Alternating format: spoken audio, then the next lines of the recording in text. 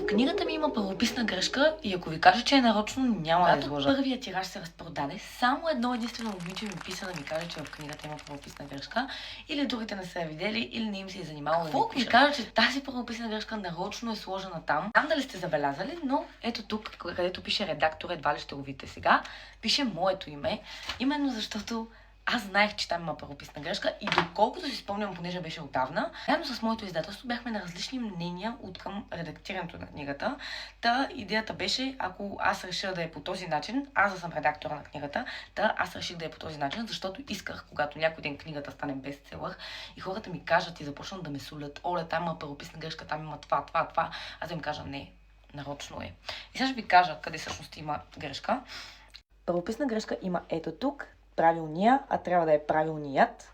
По принцип мислех да ви кажа, обаче бих искала да има втора част, защото искам да се опитате да познаете в коментарите защо съм направила това нещо съвсем умишлено.